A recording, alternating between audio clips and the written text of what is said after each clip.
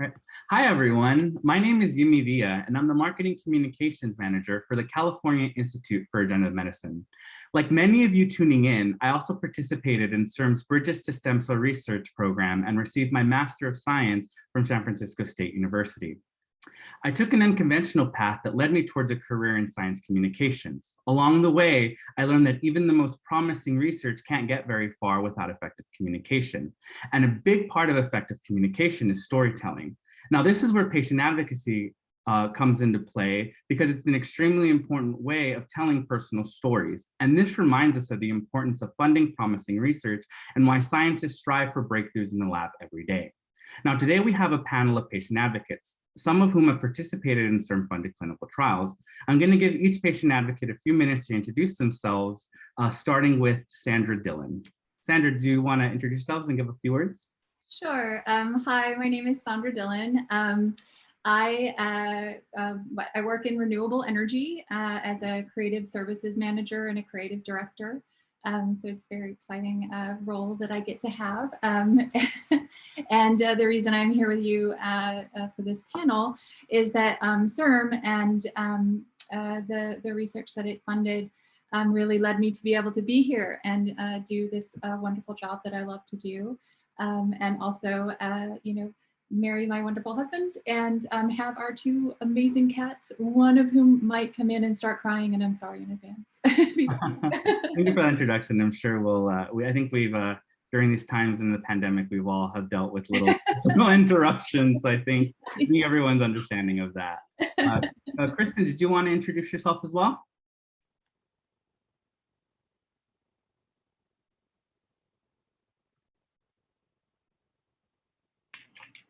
Am I unmuted? Yes, you are. Okay, great. When you're visually impaired, you never know. Hello, everyone. This is one of my favorite conferences to speak at. I think it's the third or fourth year in a row that I've been delighted to be a part of this conference. I want to first start by thanking Yemi Villa for doing such a fabulous job moderating the event, because a lot of work goes into that. Susan Kaiser, Bianca Mothe, Kelly Shepard, and Courtney Dow, and all the fabulous people at CIRM who helped to create this whole conference. It's one of the most exciting things for me to talk to you people who are now doing an internship and possibly going on in medicine in science and medicine, because one, I'm a doctor's daughter, and two, I never thought that I'd be the first person in the world, in many parts of the world, to be in a clinical trial after waiting about 35 years because I had a degenerative eye disease called retinitis pigmentosa. So I'm so filled with gratitude to be here, and I'm bursting with information. I wish we had more time, but Yimi says that we're going to go in later to a day in the life. And I just want to tell you that, having a first vision for your life, now that you're about to embark on medical school, and some of you have possibly finished, it's the most exciting time in your life because you've just painted a picture of what you want. And many of us have to create what I call a second vision, which is where I'm at now. And there's a lot that goes into that, a lot of acceptance, appreciation, and taking the right action towards your goals. So I'm really excited to share more of that with you today. Thank you. Thank you for that introduction, Kristin. And I want everyone, all the students, to, we're going to have a Q&A portion towards the very end. So please, as you're listening to these patient advocates, keep that in mind. They're definitely here to answer, some of your questions that you may have about their particular stories or, their experiences in these clinical trials. So just want to make sure everybody keep that in mind as you're watching. So with that, I kind of want to dive into, the first section, which I call, diagnosis and day in the life. So, Kristin and Sandra, I would love for you if you could really just share, what was it like when you first received your diagnosis? I want to start with Kristin. Can you share a little bit with that with us? Absolutely. I'll never forget. There's some days in your life you'd like to forget, but it's one that I can't, unfortunately. I was an aspiring television host and actress, and at age 29, 30, actually in my mid-20s, when I lived in Manhattan, I had, like I said, this big first vision of coming to Hollywood and had longed for it and studied for it. And I started tripping and falling. I got accused of being legally blonde before I found out I was legally blind.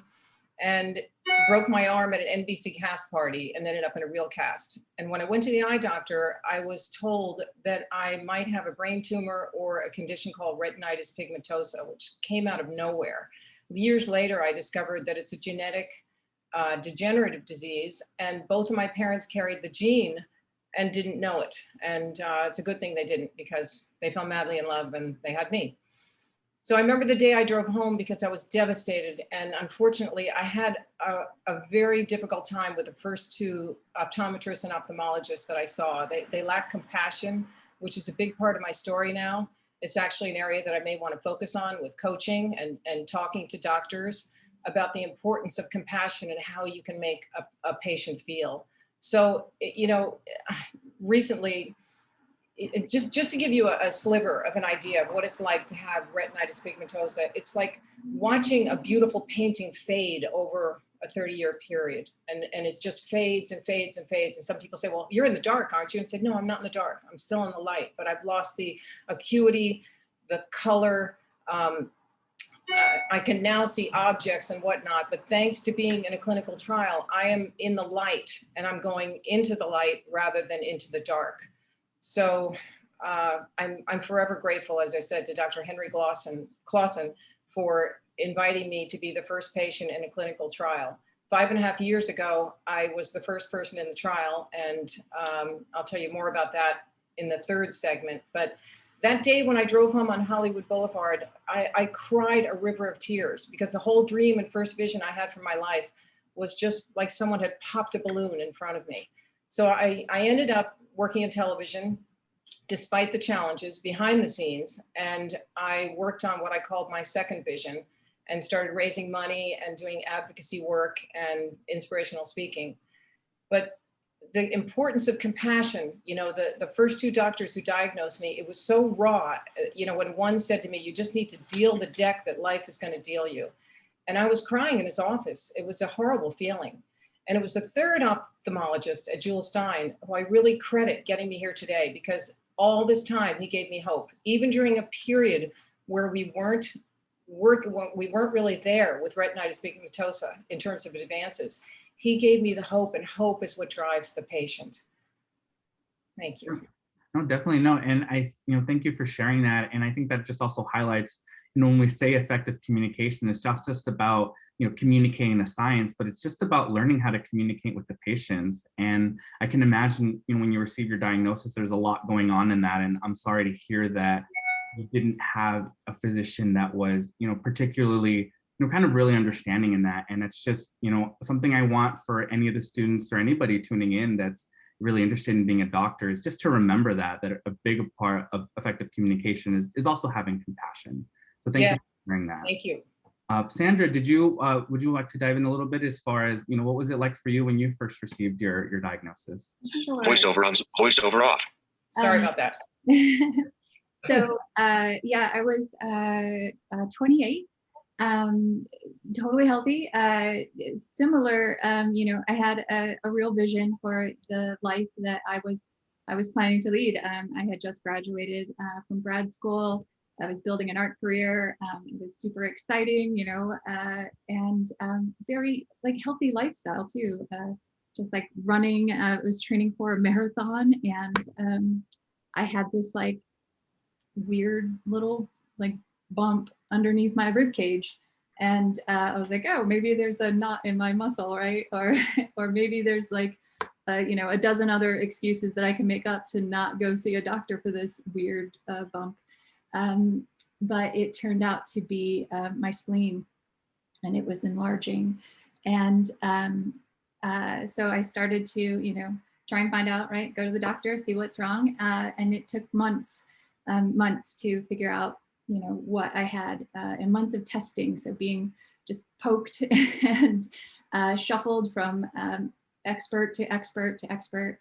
And it turned out that I had this very rare blood cancer called myelofibrosis, which causes scarring in your bone marrow. And at the time, there was no treatment or definitely no cure for this thing. And the diagnosis or the prognosis was there's a median life survival of like 5 to 7 years. And so, and it's a chronic, like sort of progressive, just slowly destroys your ability to make blood cells. And so I was looking at my life at 28, that, my lifespan was shortened to, 5 to 7 years, which is pretty horrifying. And the worst part was that there was no treatment. My doctors were like, well, we'll manage your symptoms as you get sicker. And I was like, but I don't want to get sicker. I want to get better. Like, can we do something to get better? And the other thing that was so hard is that it's so rare. And so that sense of like, is anyone even paying attention to this thing? Like, I've got, I've only got a few years, and how much hope can you have for, like, someone to discover something, right? When it's so rare. And it just put this kind of darkness across everything. I didn't think even my passion for art, like, I just didn't even want to create anymore, because why? Like, why invest all this time and energy into making things when, I'm just going to disappear? Like, why get into a relationship? Why do these things? I just have so little time. And there was this moment where things kind of changed. And I read in a newspaper that, or I read in an article that someone had discovered, something that, like a mutation in a gene that was a part of or affected myelofibrosis.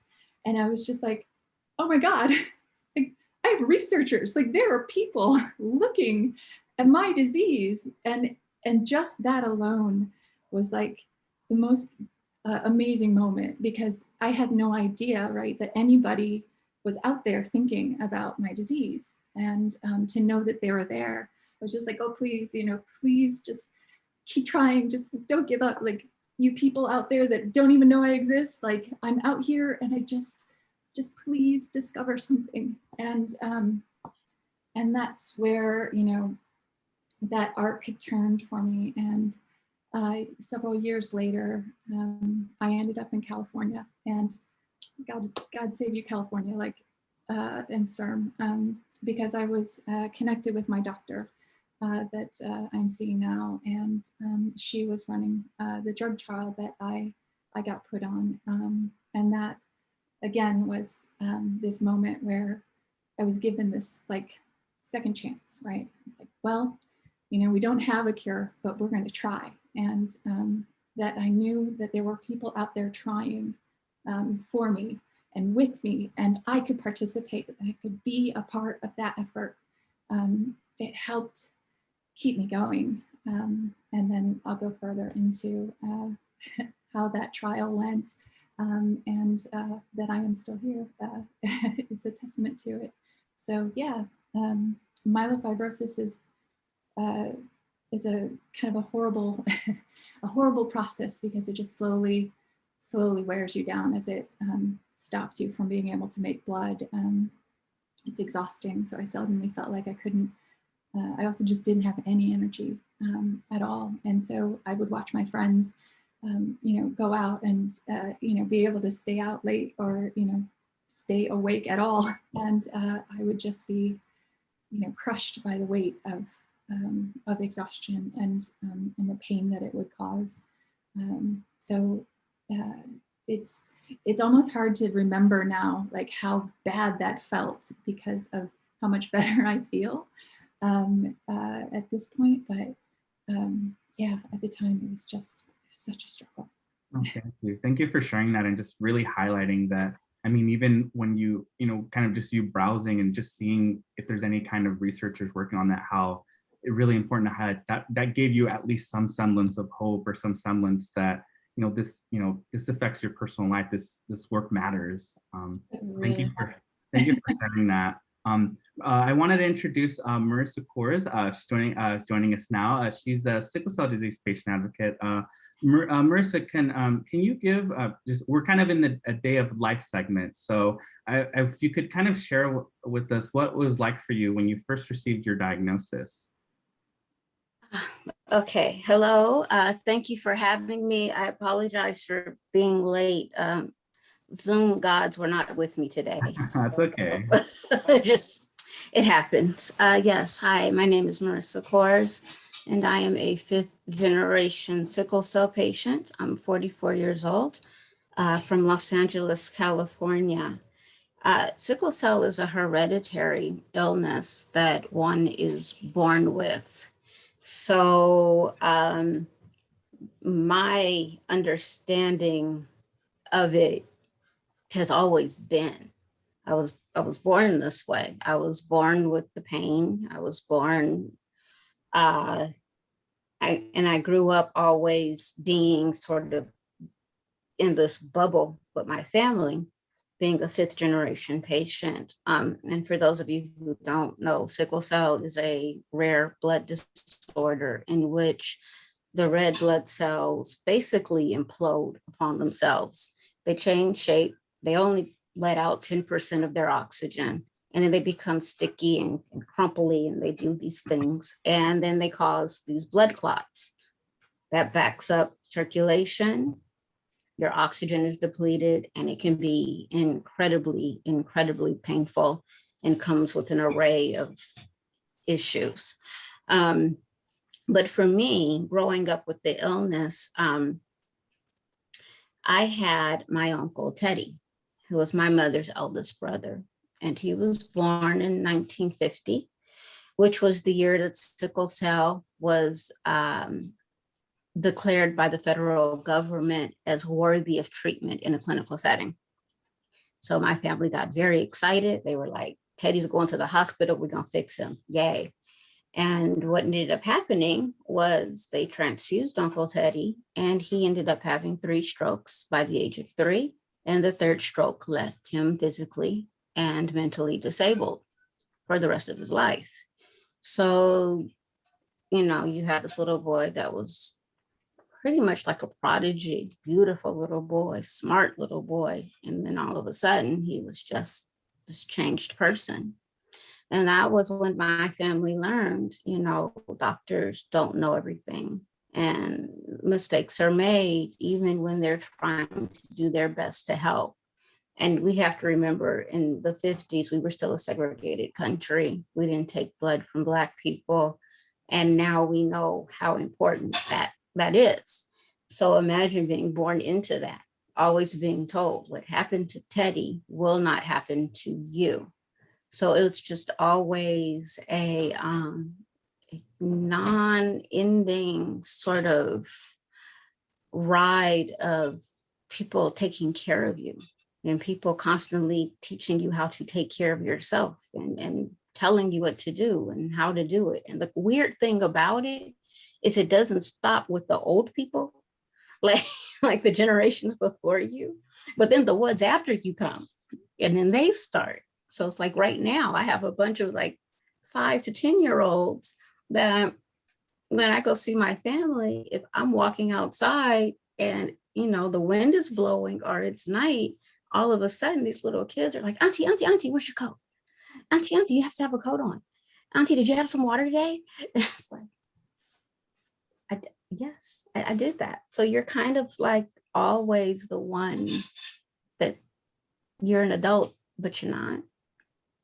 You have all of these responsibilities, but somehow you're not seen as capable sometimes of taking care of the things you need to take care of. And yet when it comes to your health and our medical system as a sickle cell patient, the onus and the responsibility for everything falls upon us, from getting ourselves to the hospital, finding the proper hospital, the proper insurance, the proper doctor, and then ensuring that we get the proper care. And it's like, because of how sickle cell is viewed and the fact that our doctors are not educated about the largest hereditary illness in the world, right? We then get this roadblock. Yeah, and I this think constant roadblock. Yeah, no, and the issue, I'm just really quick, but the issue with the roadblock is this, is that I have an illness that causes me pain that I was born with, that I have 44 years of experience with, and yet all the responsibility to find care is put on me. Yet I have doctors and a whole system telling me that they don't believe me. That's what a day is.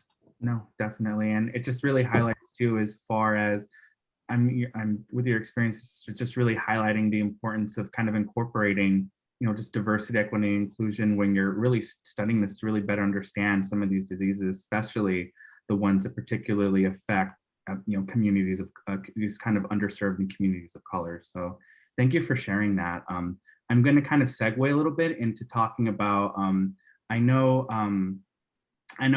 two of our patient advocates here, Kristin and Sandra, have enrolled in CIRM-funded clinical trials. So I really just wanted to take some time to talk a little bit about what that experience was like. So Kristin, I know we haven't heard from you since the beginning of the panel, so I wanted to kind of shift back to you, and if you could let us kind of talk to us a little bit about what it was like enrolling in the trial, and what was your experience in the trial. Sure, absolutely. I tell people that I was a California stem cell lottery winner, because I'll never forget sitting on the couch with my boyfriend that day and getting a phone call about 6 years ago saying that I would be the first in a clinical trial as I said earlier, in many parts of the world to try this particular kind of stem cell. And I was so elated because, as I had said earlier, you know, it had been a long time coming, about 35 years, where I kept going to the eye doctor over and over again. And I'd hear, you know, we're working on it, you know, just hang in there. You know, there's nothing yet, but we're working on it. And every single year I'd get worse because it's a degenerative eye disease. And if I had more time to elaborate, I would tell you that blindness doesn't come with an instruction booklet. So there's a lot to figure out when you can't see. And over the years, I tried to do my best at living independently and cooking and so forth. But when I got this phone call saying, wow, we might have something to actually, you know, test whether it'll give you vision back or stop it. So going into a trial, there's a lot of anticipation for a patient. You know, you can imagine with all the years of waiting, and there's a lot of hope, you know, for great results. And sometimes you have to almost keep your hope in check, because this particular study was done first to test for efficacy and safety. So the fact that I got a burst of light in my left eye, which I call the light at my end of the tunnel, and that was my worst eye actually at the time, is really remarkable. And now in the past 5.5 years, I am presently enrolled in a study, in the same study, the second go round with a higher dose, but I'm not allowed to talk about the results until I think 1.5 years out. But, you know, there's a lot of testing that goes on for the patient, a lot of queasy stomachs and anticipation and crossing your fingers, wondering, did I get in? You know, because my sight was so bad actually at the time that I had to pass a whole bunch of tests and go through a bunch of hoops to make sure that I would meet the criteria. And then you have to meet the right blood work and the right, you know, all the right things have to line up. So there's quite a few hours of testing. And luckily this was an injection in the office and not compared to like a 6-hour surgery or something when I've read about different studies. But I'm, you know, thankfully going to sleep every night, not dreading going into the dark. You know, I'm hoping that this treatment is really going to at least keep me at bay and hopefully give me more sight back. So I'm really happy to be finally in the solution and not the problem. Thank you. No, thank you for sharing that. Sandra, did you want to dive a little bit as far as what your experience was enrolling in the clinical trial and kind of how that went? Yeah. So after my diagnosis, I ran away from doctors and Western medicine because it was a very it's an intense experience to go from being you know, basically, you know, completely healthy to having a cancer diagnosis and you know, being you know, treated. There's just a violence to your body that occurs, and it's overwhelming, and especially when it involves a lot of like confusion and unknowns around a rare disease. And that experience really just, I was like, okay, you guys got nothing for me. I'm out. Like, I'll take the time that I have and I'm done. And it took the coaxing of many people that love me dearly to convince me to want to go back into doctor land. But one of the things that really made a huge difference in that transition that led to me going to joining that trial was the treatment of my doctors when I came back, or when I came to the university or to UCSD.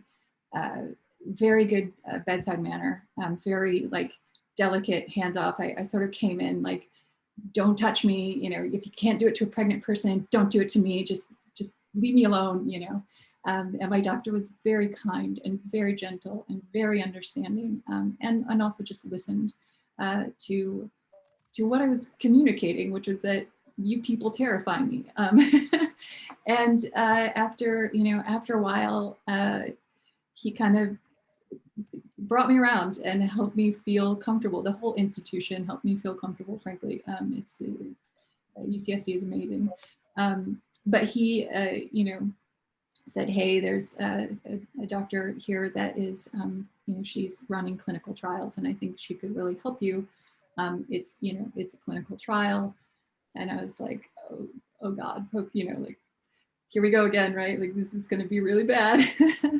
But, I also, I really wanted to live, I really wanted to do something instead of sitting around waiting to just continue to get even sicker.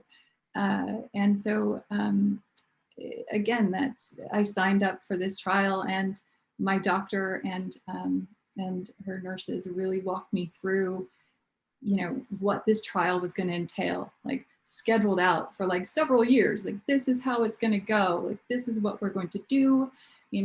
This is what we're going to ask of you.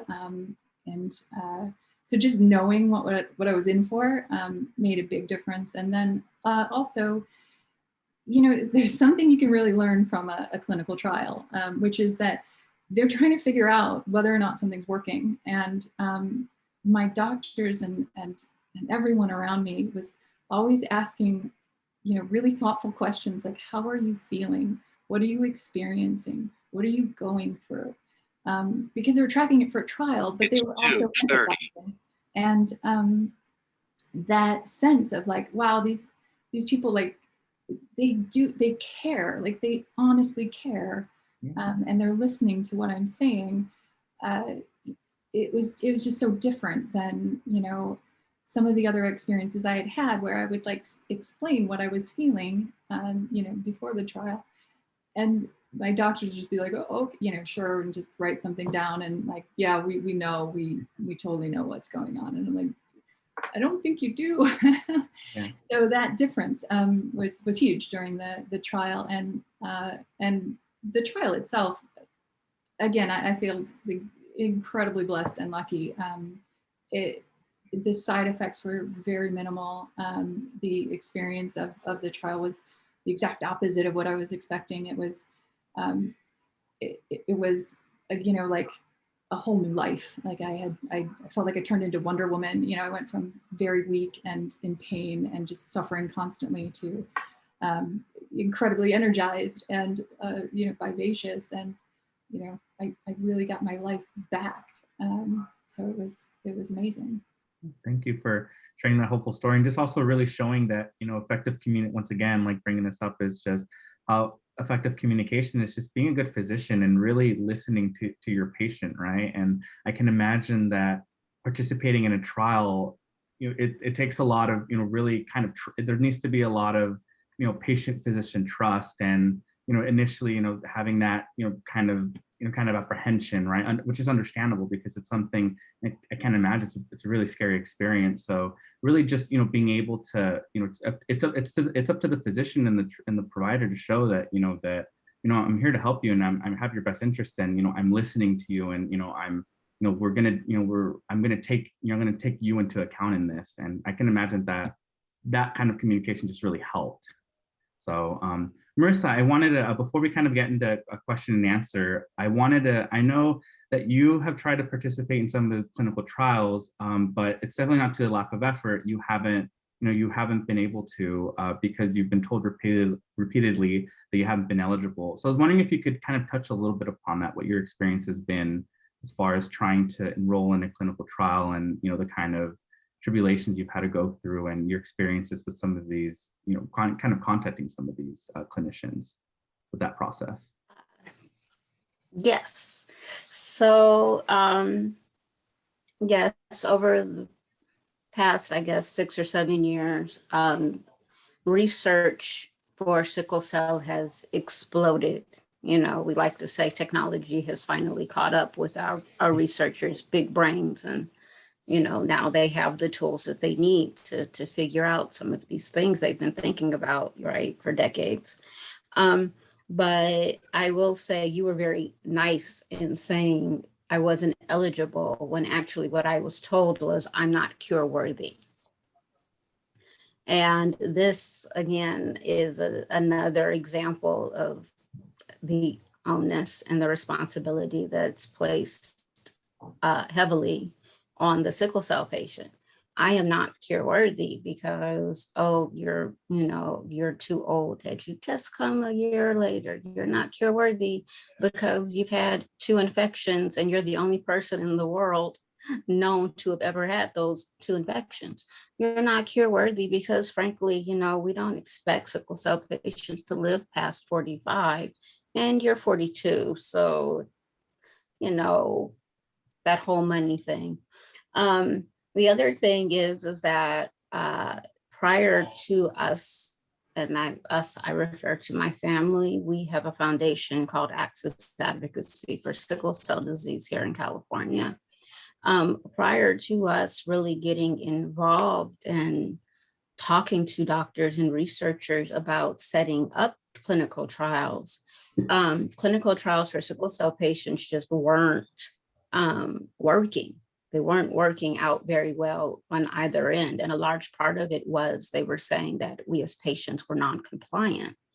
Well, the fact of the matter is that the people who set the trial up had no idea what sickle cell does to your body on a daily. So the idea that somebody would have to show up for a clinical trial, let's say 14 days in a row, and stay for 5 hours each day, and you have a disease that you deal with both chronic and acute pain that you cannot control, then that puts you in a position where even if you make it to that place, you could go into crisis and you got to go. So it's things like that. It was sort of understanding not just the nature of the illness, but the nature of our medications. So I'm really happy to say that we've come a very long way in how we set up our trials for those who are deemed cure worthy. And because of that, we've made excellent strides in sickle cell research. No, thank you for sharing that. And I want to send my apologies as far as being told that you're not cure worthy, because I don't think anybody should be told that they're not cure worthy. So my apologies, for being told that. And just once again, it just really goes to show that words matter. And this is why, kind of physicians and being a part of an effective communicator, it really just it's the importance of having compassion for your patients as well. And, it's one thing to be told you're ineligible, but it's something else to be told that. So I just want to apologize for your experiences with that. I wanted to take a bit to answer. We're kind of getting towards the end. So I wanted to answer take the time to answer some of the questions. So one question that we received is, many women I know feel their complaints were dismissed because doctors believed they were hysterical. Was this anyone's experience? And Marissa, I'm going to go ahead and kind of start with you. Have you received any kind of experience do you feel was, related to being a woman? I mean, I can imagine especially a woman of color as well. So if you could kind of touch upon that, doctors believing that you were hysterical or kind of dismissing your, these pain crises or any kind of. Yes. It took me a very long time to understand that a lot of the pushback I would get when I would have conversations with my doctors regarding my care had a lot to do with the fact that A, I was a woman, B, a Black woman, and then C, a young Black woman. Because one of the wonderful things about sickle cell is we all seem to look 10 to 15 years younger than we actually are.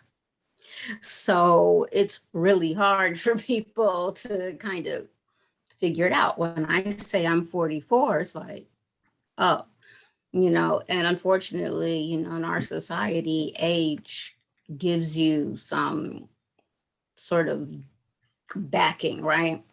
I have, and I continue to have ongoing issues with doctors being dismissive of me, or telling me that, what I think I'm feeling is not a crisis, but maybe I'm just, cramping. I've been doing this for 44 years. I know my body. I know the difference between acute sickle cell crisis, chronic sickle cell pain, and menstrual cramps. Like, and you're a man. Like, why would that even be your example? But all right, we'll go with it. Even things as simple as me saying, I would like my medications to be pulled back. I'm not in as much pain. I don't need to have that much medication. And having doctors say, well, why don't we just let it sit for now and see what happens? Thank you. Okay. Yeah, okay, well, thank you. Or being told, you don't look like you're in pain to me. Well, if you had to deal with the type of pain I deal with for 44 years, if you gave into it every day, you wouldn't get anything done. For instance, right now I'm sitting here, I have a heating pad on my back. I've taken pain medication twice since we started this conversation. And, I'm showing up. And I don't think that is ever, like, that credit is ever given to the patient, regardless of color, or sex, but just the fact of the things that well people take for granted every day, of being believed because you don't have these health problems. For some reason in our country, being sick is equated with being less than on so many levels. And then when you add woman to it, and then in my case, woman of color, it just blows up. So, all I can say is patients know themselves better than anybody else ever will.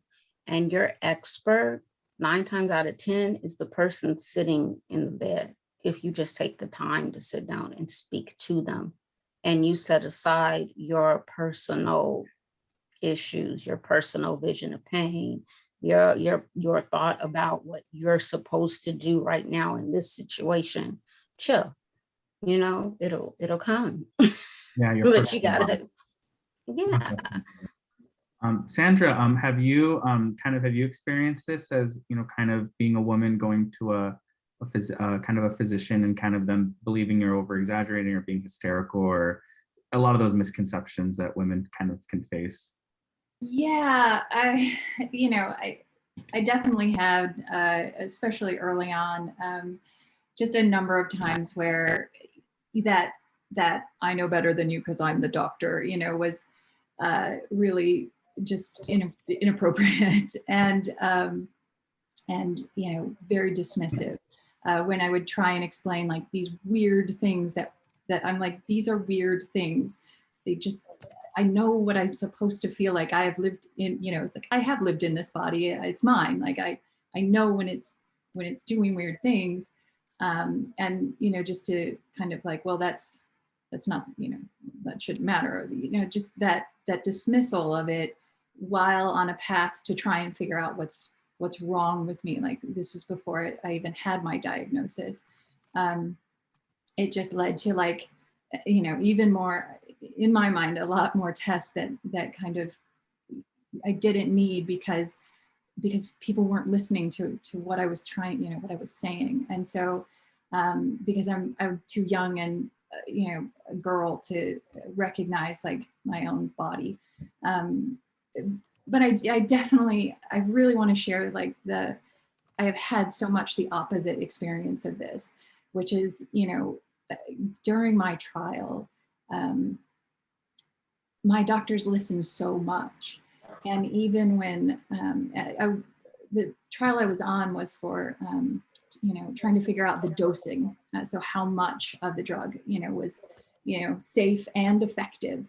And there was a point where, the things I was feeling, the things that I was experiencing, I'm like, this is some weird stuff, or maybe it's not. Like, I just kind of like, hey, this is going on, this is going on. And my doctor just got to this point where she was like, you're on the lowest dose, that we're supposed to be giving you, but I think it's too high, and we're gonna notch it down, because even though nobody else responds to the dose at a lower level, let's try it lower on you. And that ended up being the right dose for me, because just of the way I'm made, and that just complete difference, like the individuality of people.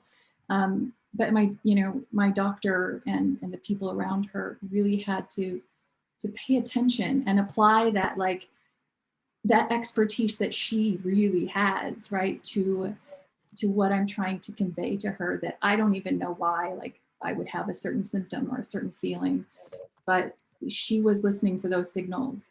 And that is where, you find that great balance of, and all that made the difference. It really did. It really did. Unfortunately, we're getting a little bit closer to as moderator, I kind of have to make sure we adhere to kind of our time. But I wanted to give each one of you kind of a chance to give, some of the attendees, some of the British students, any last words of wisdom. Kristin, I wanted to start with you. Are there any kind of last words you want to give to some of the students? Yes, words of wisdom. I went to the gym for the second time since the pandemic last week, and you can imagine how elated I was and grateful to get out of the house and get back to working out. And this young gal was walking me to the machines, and she said to me, "Wow, you seem really happy for a blind person."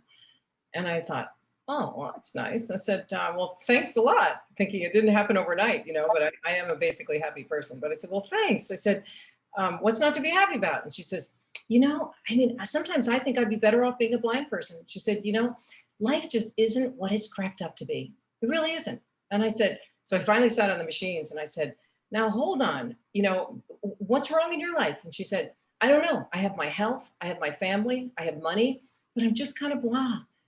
I just don't have anything driving me." And I said, "Your purpose, what about your purpose or your passion?" She said, "That's it. I don't have it." So my words of wisdom to you are, going into medicine is such a tough field. Never lose your reason for becoming a doctor or a researcher. Connect with the patient. Passion and purpose are everything, and hope is what gets the patients here today. And I finally said to her, "Well, maybe you should put a blindfold on, and at the end of the day, you'd be a lot happier that you're not blind." But anyway, vision loss is all about loss in everything in your life. And all of you have experienced a seed of what that's like last year in the pandemic, because everything was taken from us. And we're still threatened with the new variant. But I mean, if we don't lose our sense of gratitude and our driving passion every day, a reason, then, we haven't, that's what will get you where you're going, is my point. And the last thing I'd like to say is that I've done a lot of research lately on compassionate care, and I host a podcast. I'm having a great guest on, Lee Tomlinson. You could Google him. He's a patient, and he's written a fabulous book on compassionate care, and it's all about how there's so much burnout and incidents of burnouts in medicine, and why it happens and how you can avoid it. And I just urge you to look into that, because compassionate care is really what makes the patient tick. So thank you so much, and best of luck to all of you. Thank you for that. Sandra, any last kind of words of wisdom? Sure. We've talked a lot about, the medicine side, the doctors and that direct experience.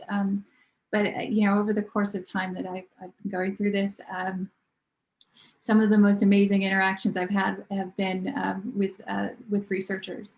And, this whole pandemic and this just weird understanding of science and research and medicine. My experience has really given me an opportunity to kind of see behind the veil and see the people that are really driving those innovations and changes. And oh man, it is just like, that's the light, like that just amazes me. And I guess my recommendation is let people know you're out there, man. Like, talk to everyone, because your reality, that you exist, that you are a real person that is thinking about these things on a daily basis. It humanizes what you do. It gives hope to the people that, like me, who are, you didn't know I existed, but there I was begging for you to, for these researchers to make these discoveries. It bridges that gap and, just leads to more success. Thank you for sharing that. Marissa, any last kind of quick words? I know we're running a little bit over, so I'm trying to make sure that we give these students a little bit of a break before their next session. Yes. What I really want you all to understand is that this healthcare thing we got going on doesn't work without the patient and the care teams coming together. They tell you that medicine is such the business. It's a business, and it's true. It's a $1 trillion a year worldwide business, but it is a business that is based upon one of the most intimate relationships you will ever have with another person. And if you don't trust each other, truly trust each other, it's not going to work. That relationship is going to be tainted. So, as a sickle cell patient, I'm rarely ever trusted. I have to prove myself and my reason for being anytime I go and I ask for help. So also remember this. Patients come to you when they can no longer care for themselves. And by law, we have to come to you. By law, we have to go to the ER. We have to go to the hospital. There are certain medications we cannot just roll up and give ourselves, because please believe, if I could give myself my own IV morphine and not go to jail, I'd stay at home and do it just to not have to deal with the emotional and mental setbacks of the bias that I deal with. Okay? Your patients must come to you. And that is a responsibility, but it's a blessing. It is a blessing to have people look at you and say, I trust you with my life. And then those people deserve your respect and your grace tenfold in return, period. Very powerful. Thank you for those words. I'm going to once again thank you for those attendees that are able to join us, and a really special thanks to everyone here on this panel. To hear, as a former Burgess student myself, it really is, your stories and that got me involved in science communications. So thank you so much for being here today. Thank you. Thank you. Okay, everybody, that's the end of our session. I'm gonna give you guys, sorry I went a little bit over, but I just want to make sure I give you guys a little bit of time for your next session. Thank you so much for joining us today.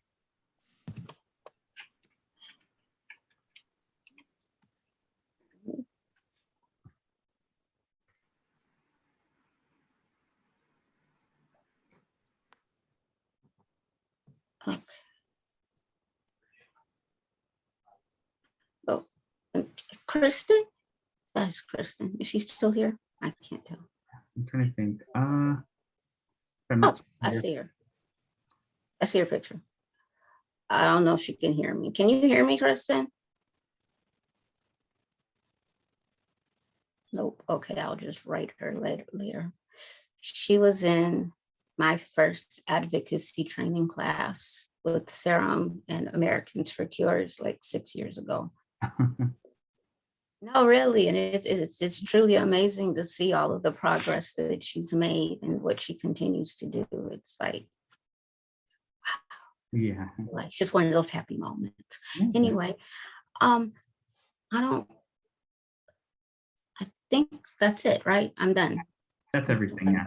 Yep. Oh, okay. Thank you so much for joining us. I know. Hope you feel better too today. I'm sorry you had to have. It didn't sound like too pleasant to have a heat pad and having to be on medication. But thank you for striving through and joining us today. Really appreciate it. You're very welcome. And thank you. You have a good day. You too. Okay. Bye bye.